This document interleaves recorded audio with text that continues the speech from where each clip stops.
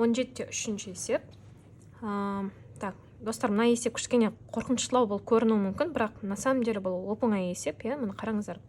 Бізде біріншіден тізбекті көріп тұрмыз, және бұл тізбектің таңбалары ауысып отырғанын көріп тұрмыз, Енді Q-ді тапқанда кішкене сақ болу керек. Q тең болады. Мысалға, бірден кейін -4-тен 3 шығу үшін не істеу керек? Оны -4-тен 3-ке көбейту керек, дұрыс па? Значит, Q менде -4-тен 3 деп жазайық. Енді тексереміз. Мына мысалға -4-тен 3-ті -4-тен 3-ке көбейтсем, мына Q-ға ол менде, во-первых, минус пен минусын плюсті береді. Во-вторых, үстінде 9 болады, мына 16 болады. Келесі сан шықты ма? Шықты. Плюс 9 бөлінген 16 шықты. Значит, біз Q-ді дұрыс тауып тұрмыз. Егер де осылай минус, плюс болып ауысып жатырса, значит, Q-мыз біздің минус деген сөз. Ол осылай таңба ойнап тұрады. Чередоваться етіп отырады, Значит, Q-ді таптық. B1 менде бар. Біз қосындының мәнін таба аламыз. B1-дің орнына 1-ді қоямын. Так, 1 минус. Мына жерде сақ болайық. Q минус таңбамен аламын. 3 бөлінген 4. Так, бөлінген 1. Мына сонда 1 плюс 4-тен 3 болады. Тағы да ортақ бөлім келтіреміз. Ортақ бөлімі менде 4. Мына жерде 4 плюс 3 бөлінген 1. Так, сонда 1 бөлінген 7 бөлі 4, Ол бізде ауысады, сонда 4 бөлінген 7 шығады жауабы. Так.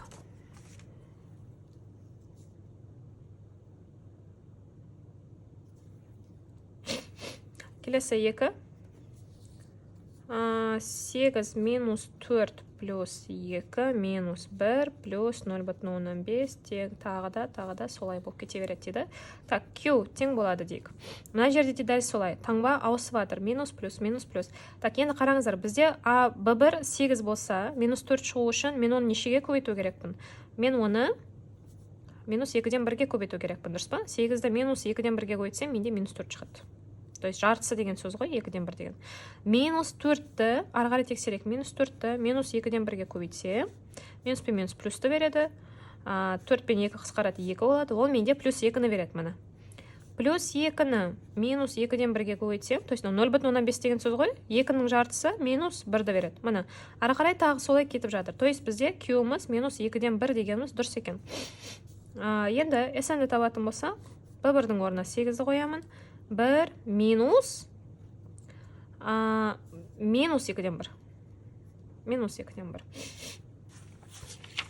Так, сонда мына жерде тағы да таңбамыз плюс болып кетеді. 1 плюс 2-ден 1 болады, Так, 8. Мынаны сразу білеміз ғой, біз 3 бөлінген 2 болады, Бірге 0,5 қосқанда 1,5 немесе 3 бөлінген 2 деп жазуға болады ғой.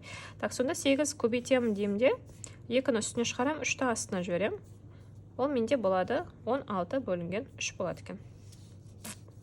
Так, и соңғы үшіншісі 100 минус 10 плюс 1 минус 0,1 плюс тағысын тағы. Так, Q. Енді 100-ден минус 10 шығу үшін мен оны минус 1 бөлінген 10-ға көбейту керекпін, Достар, көбейту керек. Біз келесі сан шығу үшін біз бір санға көбейткенде келесі сан шығу керек. Жарай ма? Немесе керісінше тапқыңыз келсе, мына алдындағы, соңғы тұрған саннан алдындағысын бөліп тастайсыз. Мысалға, минус 10-ды 100-ге бөліп тастасаңыз, минус 0,1 немесе 1 бөлінген 10 шығады. Мана. Сонда Q бізде минус 1 бөлінген 10-ға тең. 100-ді минус 1 бөлінген 10-ға бөлсе, минус 10 шығады. Минус 10-ды осыған көбейтсем, плюс 1 шығады. Түсінікті, Арғарай осылай тексеріп алуыңызға болады. Енді SN-ді табатын болсақ, так, B1 дегенім 100-ге тең. 1 минус 1 бөлінген 10. Так, 100. Мына жерде 1 плюс 1 бөлінген 10. Мына жерде 100 бөлінген 10, ортақ бөлімі 10, 10-ға 1-ді қосып жіберсем 11 болады. Сонда 100 көбейтілген, орын ауыстырып жібереміз, 11 астынан түседі, 10 үстіне түседі. 1000 бөлінген 11 шығады сонда.